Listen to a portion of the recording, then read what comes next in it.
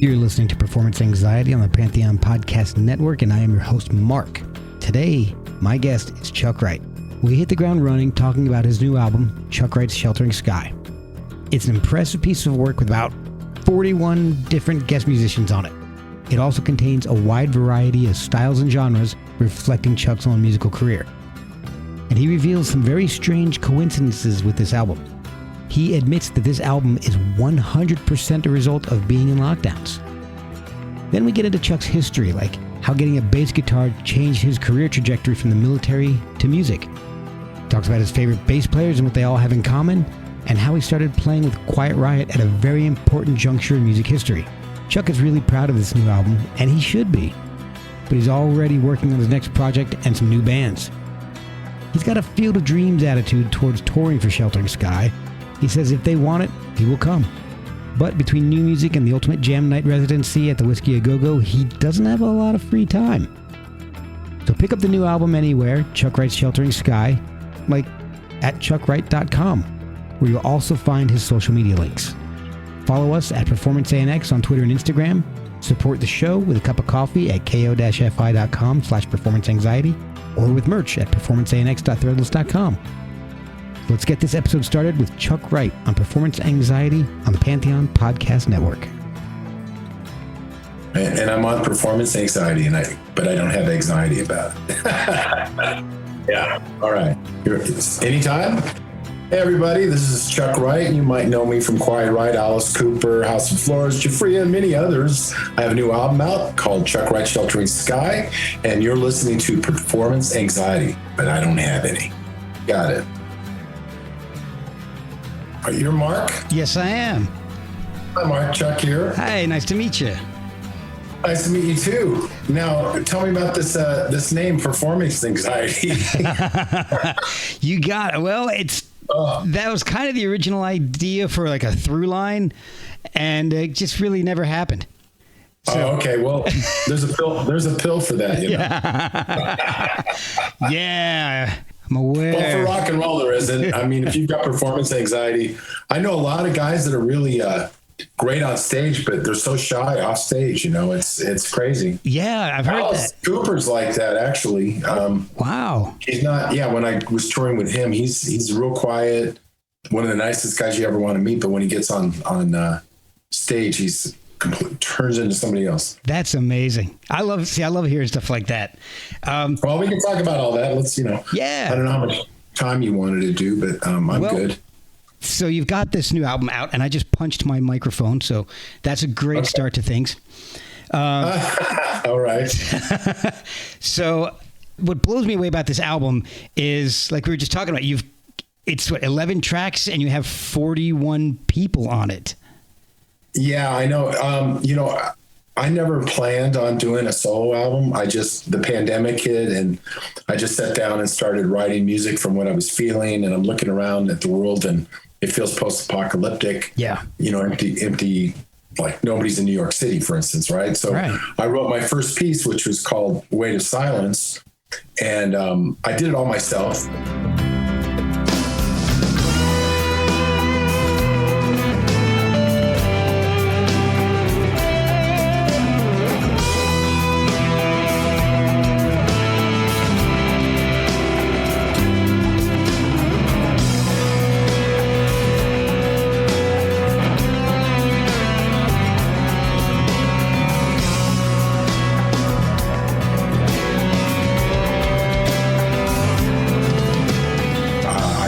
Together a video with drone footage of the, empty like Rome and all these major metropolises without anybody in it, and put that out myself.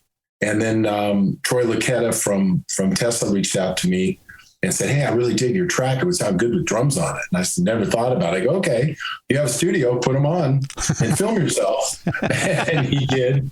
And at the same time, a guitar player here in town named Alan Hines, who I love is a top jazz fusion guy, loved it too, and he sent some solo work, and I edited that together, and it was really building into something. And I asked him to film himself, and then Derek Sherinian did stuff, who you know from Dream Theater and his solo work and other bands he's involved in. He did some Mellotron and synthesizer, so it built into something else, and I put that out. And 3 days before my album was released, I found out that I won Best Instrumental and Best Video for that piece, the Rock Music Alliance Awards, and it was awarded by Tony Cave from Yes, who I actually know Tony, but I didn't know about the award. I didn't know it was even nominated. Anyway, I was sitting here just writing music that I like, things I want to hear, different styles. I mean, on the record, I have jazz fusion, I have prog elements, I have industrial rock, and two serious funk tunes. One person compared my new single, which is called Throwing Stones. One reviewer compared it to, they said Primus meets Stevie Wonder. That is so dead on. Yeah, it's kind of trippy. I didn't think of it either that way until he said it.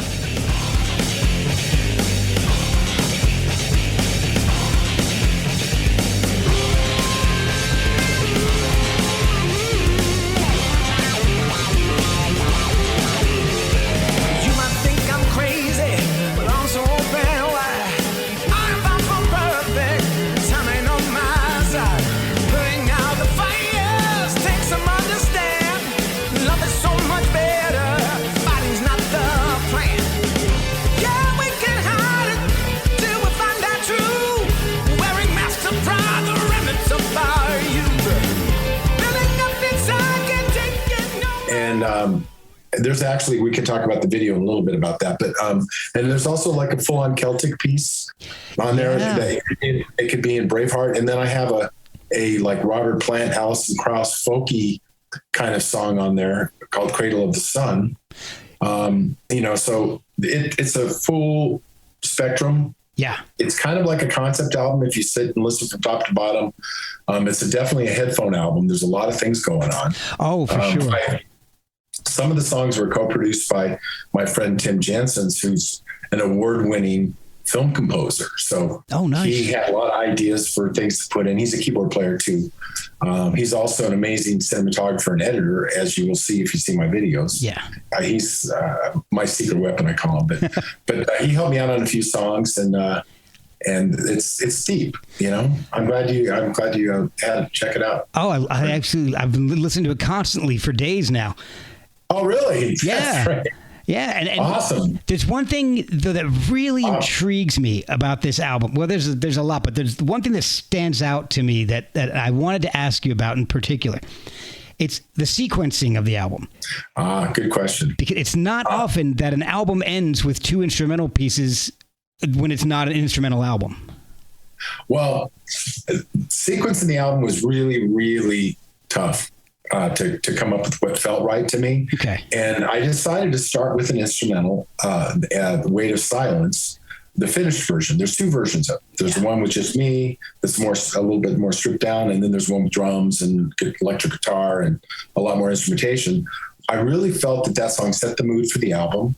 It kind of felt like the way Pink Floyd would start an album, that you felt like when you start listening to it, you feel like, ooh, I'm getting into something here. Instead of hammering people right over the head with something like Throwing Stones or It Never Fails, which are both pretty aggressive tunes, or Army of Me, which Army of Me comes in second. But I really wanted to set up a mood kind of that illustrated what the rest of the record was kind of like, the depth of the album and, tell a story. And I also wanted to bookend the record so that it kind of started and ended the same way. So it really kind of all tied it together.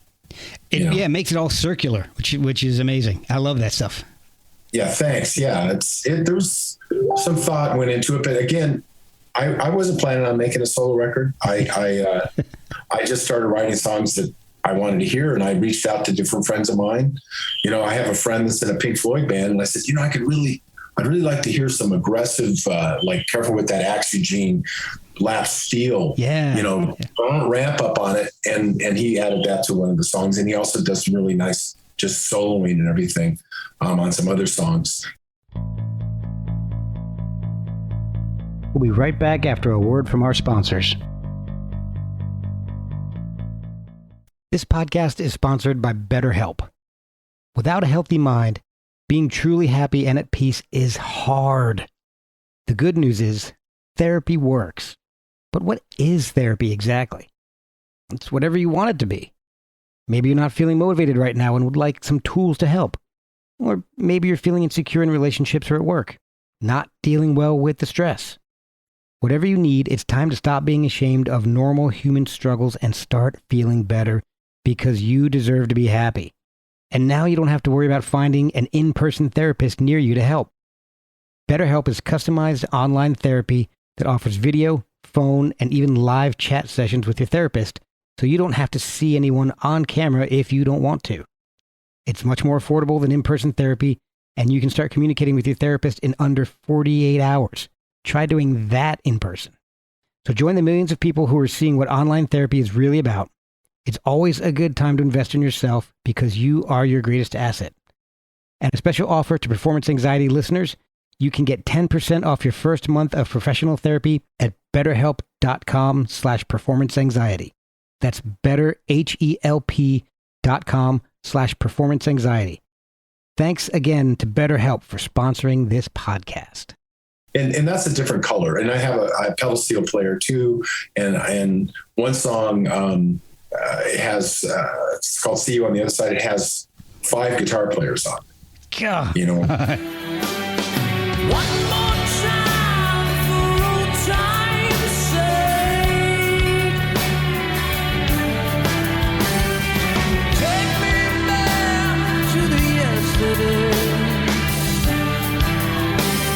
I know someday it'll be alright. I'll see you on the other side. Slide guitar, and yeah, it's one guy just for the solo who's brilliant, and that's just the way it all happened. I tapped into, a lot of different friends. I've made a lot of new friends, musician friends, running Ultimate Jam Night, which is an event that happens at the Whiskey A Go Go. It's a jam, but it's not. It's Okay. The name it is because I'm putting together a lot of people that haven't played together before. Okay. But everybody knows what song they're going to play, the key it's going to be, and the arrangement and all that. So it's really professionally run thing. And I've had well over 2,000 musicians come in and out of there. We started in 2015. Amazing. Yeah, we started in 2015. The Whiskey, when I ended up there a year later after starting it, we switched venues. The owner told me that residencies don't work at the Whiskey. I'll give you a couple weeks, and we've been there since. So, many years later, that's awesome. We're still plugging away. It's every other Tuesday now because I just can't handle organizing it every week anymore. Okay. And Paulie Z, who was my MC, was doing a lot of the organizing the show for a couple of years in there. But anyway, that leads me to why there's a lot of musicians on here, just because I have a lot of friends. And you know what? I said, hey, check this out. What do you think? And they all want to do it. It's more because they dig the music. Yeah. Oh, man. It is so good. And I've discovered some people that I wasn't aware of before, like Whitney Ty and August Young. Yeah, right. Whitney, she happened when I did Army of Me. And Army of Me happened because I found a track that I'd recorded with my late friend Pat Torpy from Mr. Big and Lanny Cordola. It was just guitars, bass, and drums. It wasn't finished. And there's 2 other songs on my album. They weren't finished songs, but they're kick-ass and great. Yeah. And I just didn't want them to disappear into the ethos, And I wanted to honor Pat. He was one of my best friends, and his playing on it is superb. So why let it just disappear, right? So I finished that, but I needed the right voice for Army of Me. And I thought about it, and I was aware of Whitney. She sang at Ultimate Jam Night, and I was aware of her solo stuff. And so I called her up and talked to her about it. And she goes, I'm a huge Bjork fan. I'd love to give it a shot. And she killed it. It's amazing.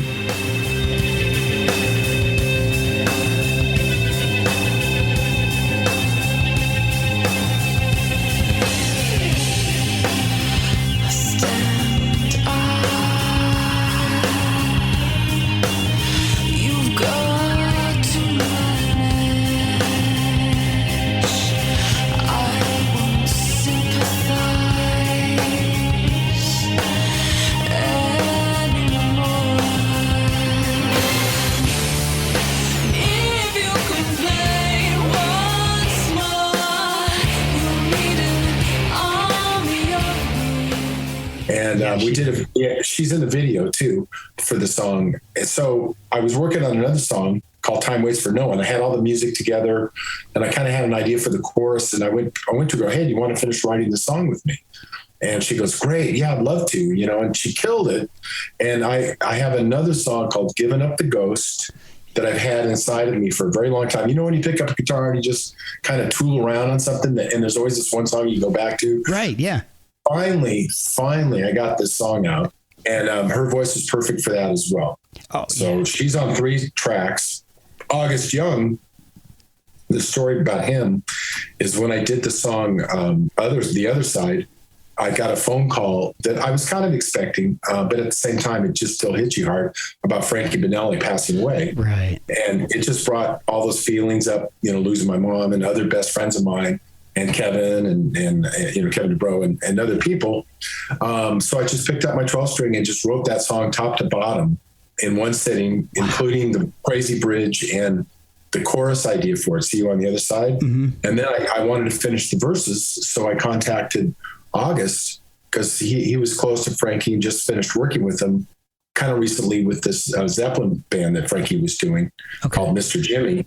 And it kind of had a Zeppelin feel to it, I thought. Yeah. In fact, when I first came up with the changes, I was thinking of the bridge section in 4 Sticks by Zeppelin. Kind of has that 6/8 orchestrated feel. So I thought, you know what, maybe that kind of voice would be right for this. And we worked on the verse lyrics and came up with some really great verse ideas, and that's how he came about. And then when I did Cradle of the Sun, I contacted him because it kind of had a Robert Plant, Alison Krauss vibe, like I was telling you earlier. For sure. And he wrote some great ideas for the verse on that. And I had the chorus idea.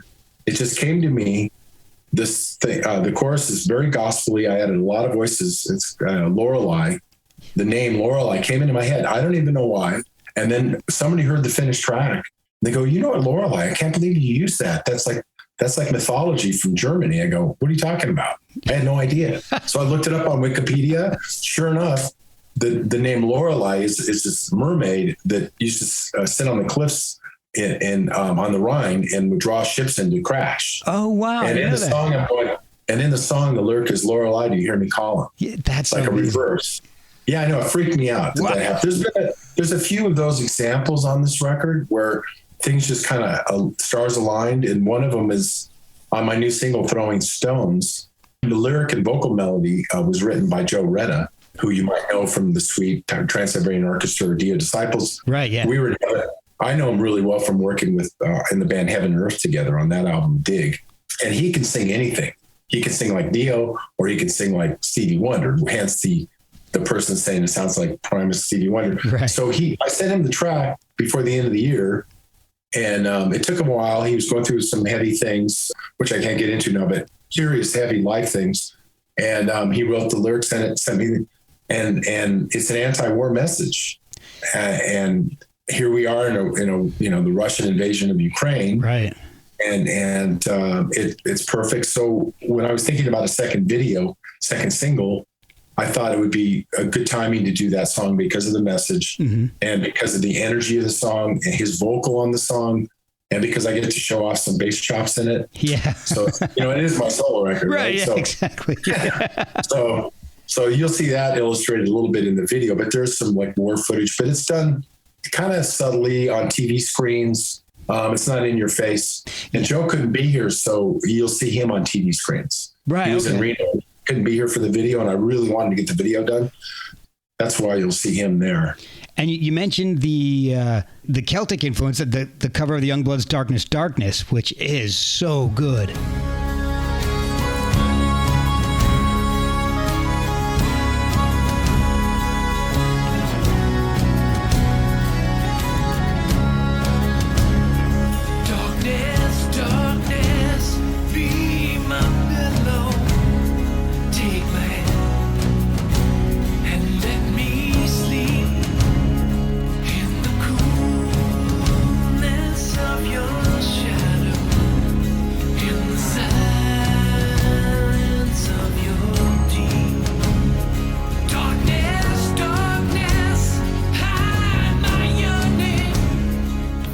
Well, thank you so much. You know what? That song is something since I was a kid. I saw them when I was 15, I think. Oh, wow. They were opening for Lee Michaels.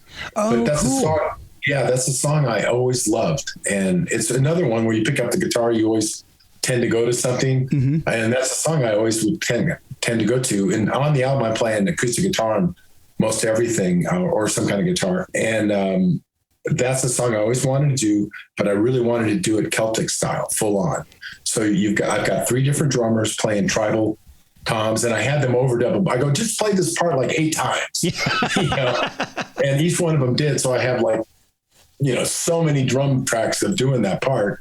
And then I have an acoustic band that I've had for 10 years here in town called Acoustic Saints. And we reinterpret classic rock with violin and acoustic guitars. I play fretless bass and he plays mandolin and he also plays amazing lead guitar player too. We do Eric Johnson on acoustic. So he's great. Yeah, he's quite defined.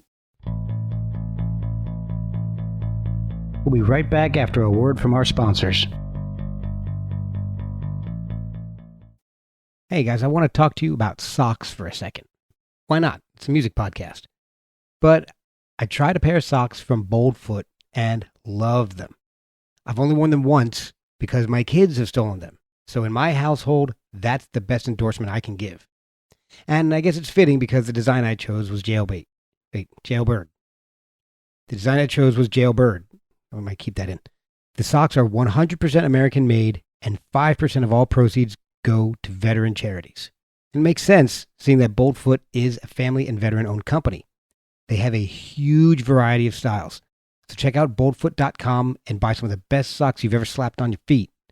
And help veterans while you're at it. That's boldfoot.com.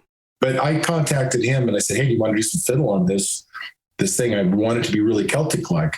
So he did, and I added a jig at the end of it. So it's that's medium tempo, marching kind of vibe to it, and then it just kicks ass at the end.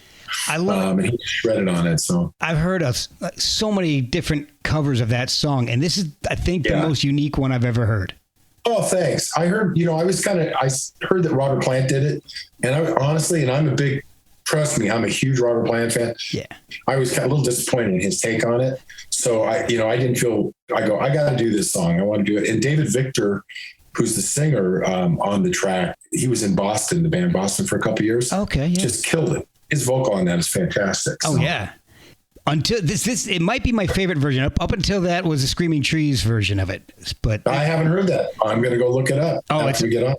Yeah, it's awesome. They kind of give it a Screaming Trees vibe. So, and Mark Lanigan could sing anything, but yeah. And trees do scream in South America, by the way. I don't know if you know that. I did not know that.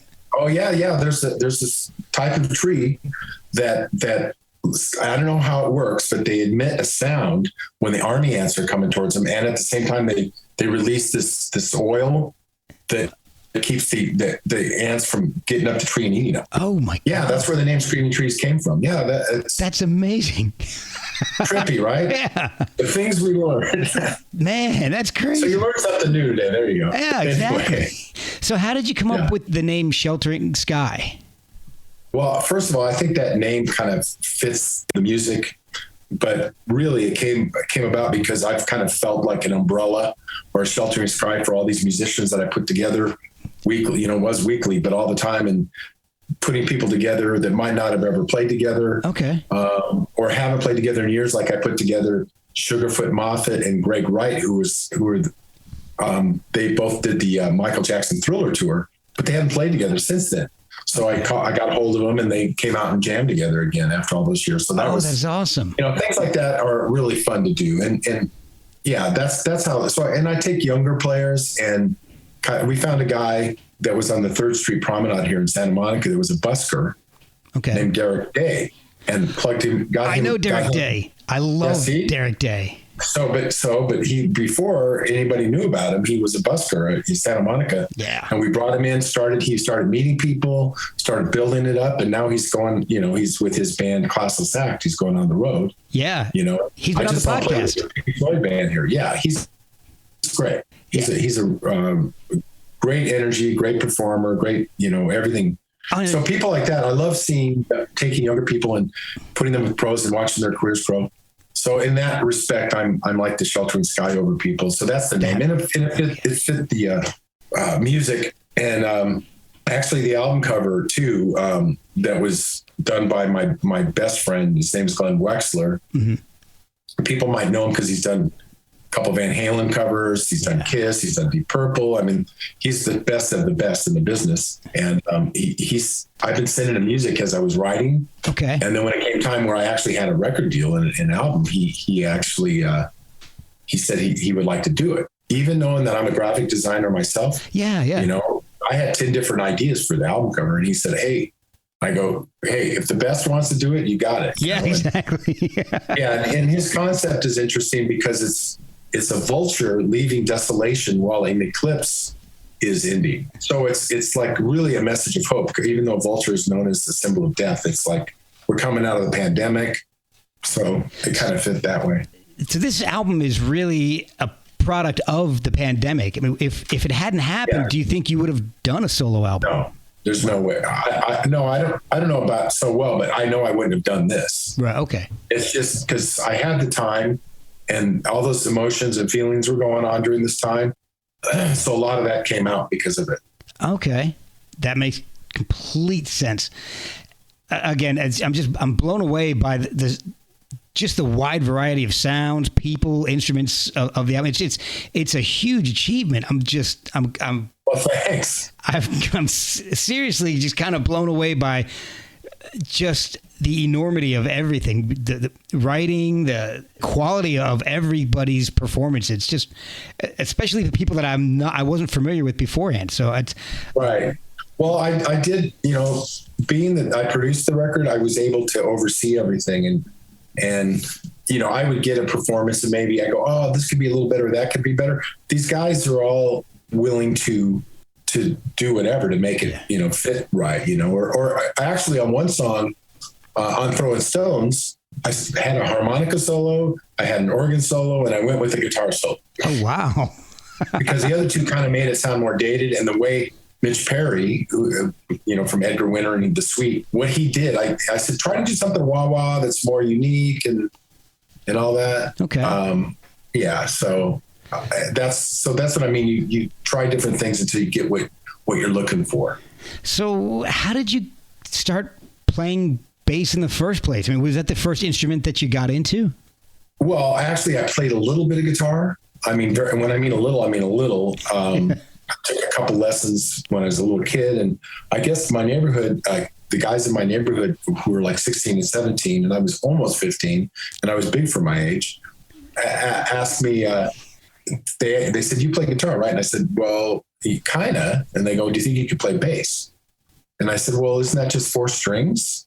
That's all I knew, Wow. Yeah. And I said, "Well, let me ask my mom." And my mom was all about it and got me a bass, and I picked it up super fast. And that event of me learning bass changed my life, because at that time I'd been in military academy for almost 9 years. Wow. And was going to go to the Air Force school to go to the Air Force Academy. Oh, wow. Because I wanted to be a jet pilot. And I did my first gig with these guys, and it was at a fraternity party. And I made $75. I drank beer, and the girls thought I was cute. Trifecta, man. Girls, I had a flat top, so the girls are like, they're like petting my head. Right. Going, "You're so cute," right? So I decided I went to my mom and I go, "This is what I want to do." She goes, "What?" After all this in time and investment. And I was second in command of the battalion. I was excelled in that.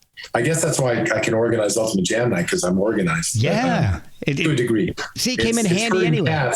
I was a platoon leader, and a company commander. So why not, be in command of all these musicians now? So anyway, so that's kind of how, and an interesting side note, the very first song I ever learned was Sunshine of Your Love.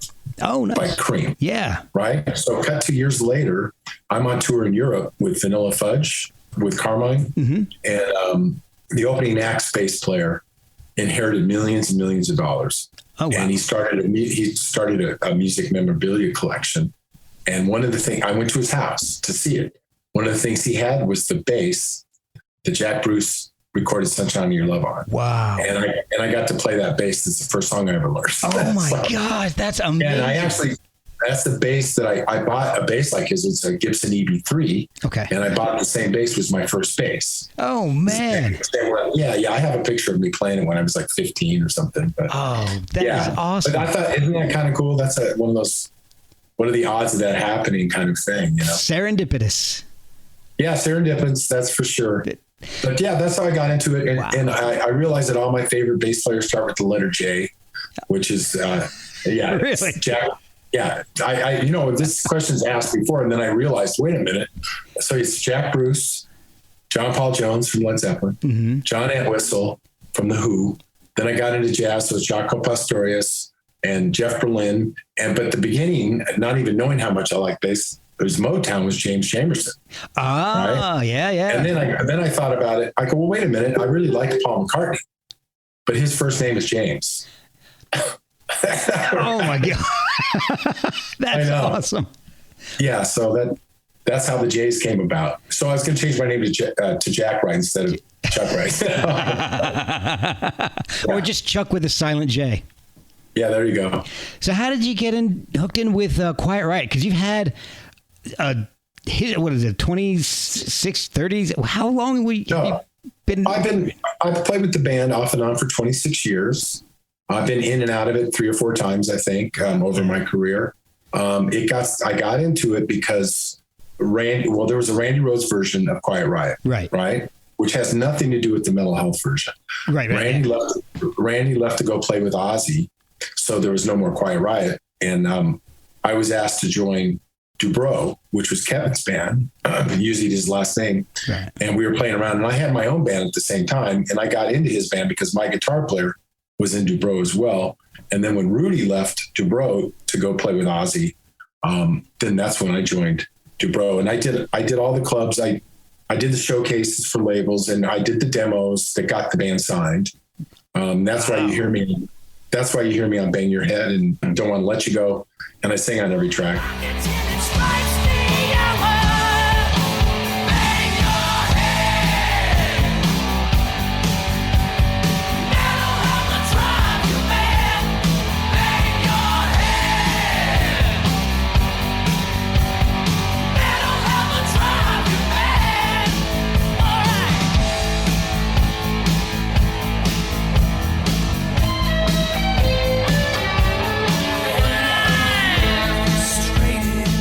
And then sadly, tragically, Randy was killed in the plane crash. And so Rudy rejoined the band.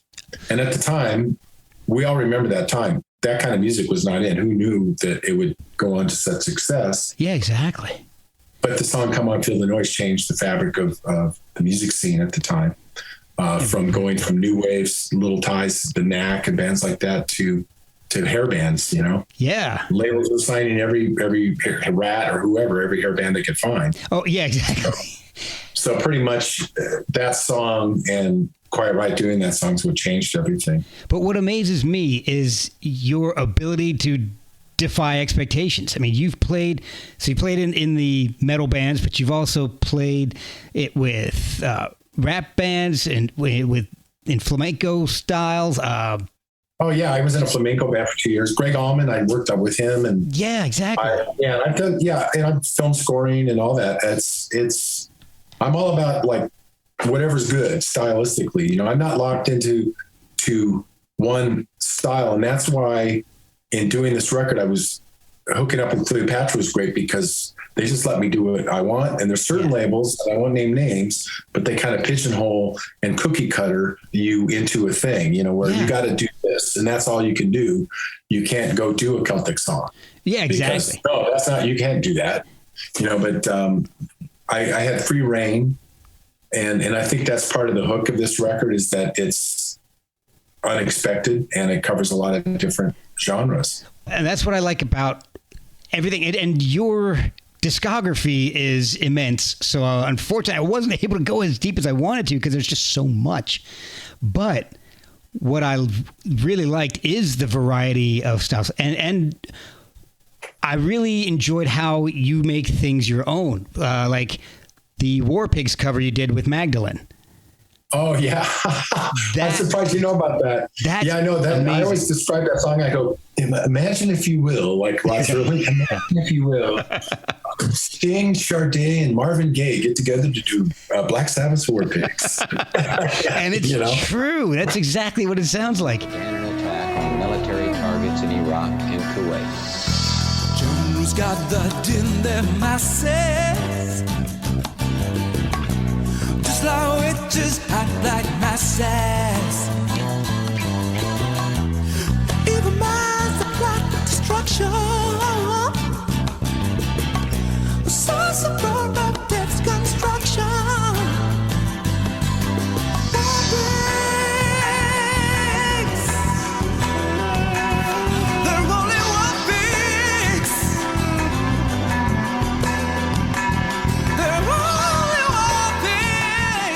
Yeah, I know. And we even started off with famous speeches, Roosevelt and Hitler and everybody, the way that it gets into the song. And those are all real instruments. It's not samples. It's a real duduk, real cello.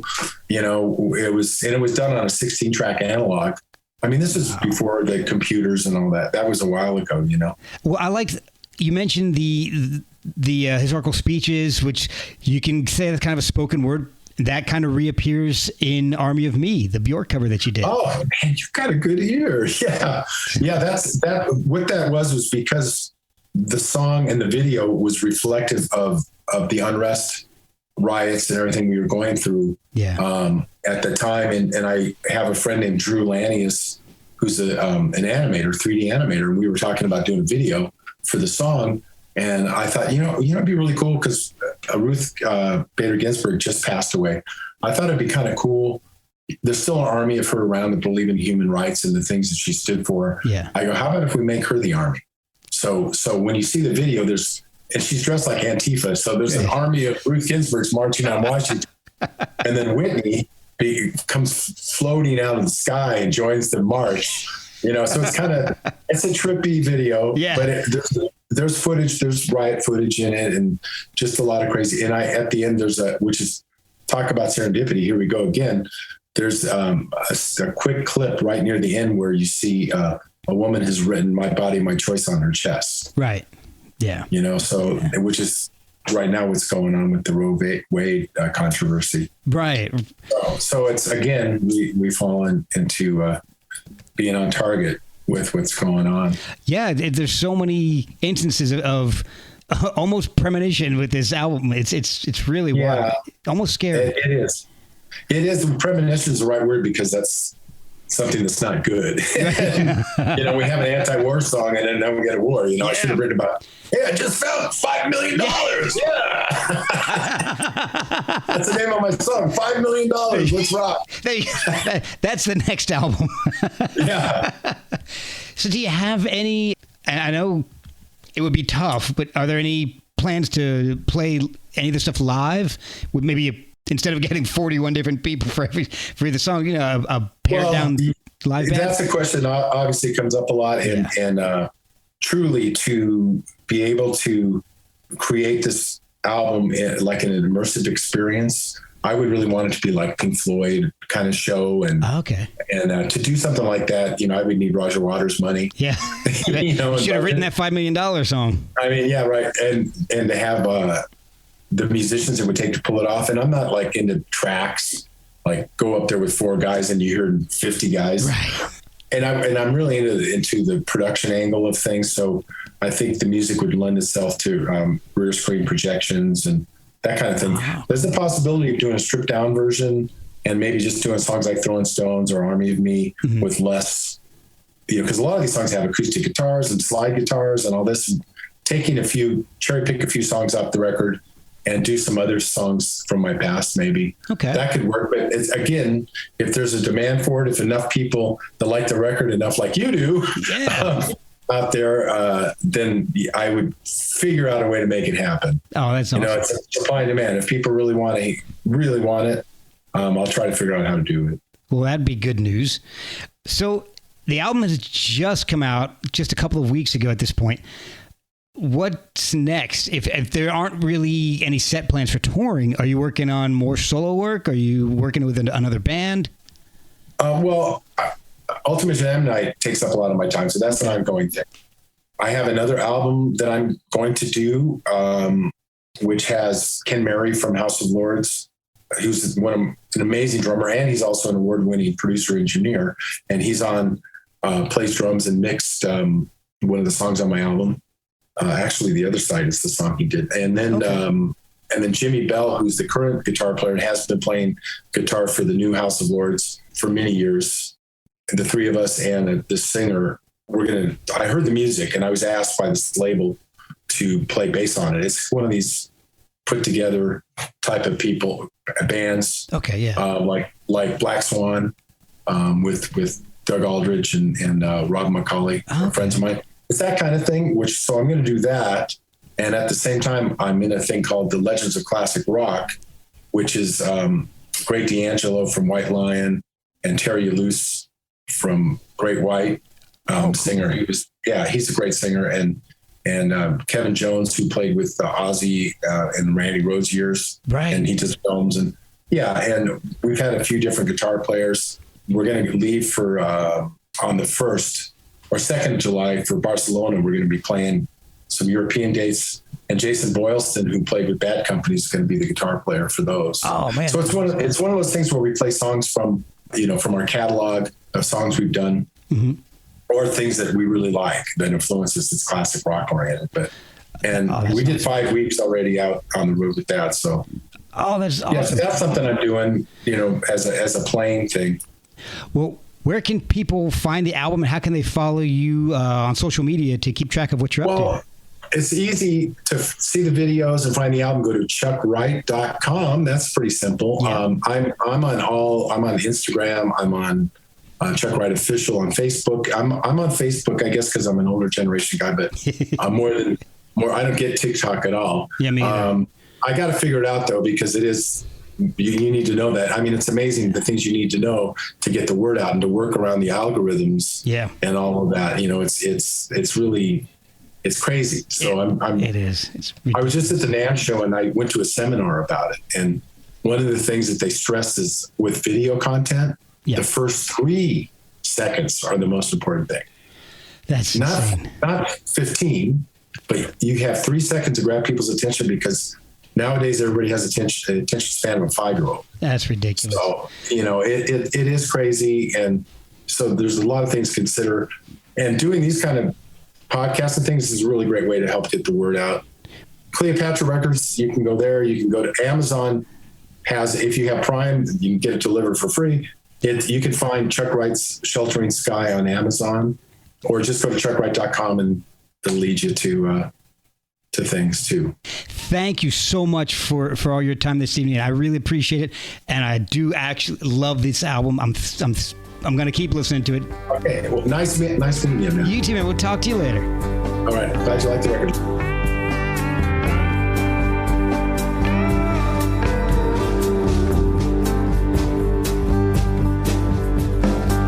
I hear the howl of the desert wind that's calling out your name.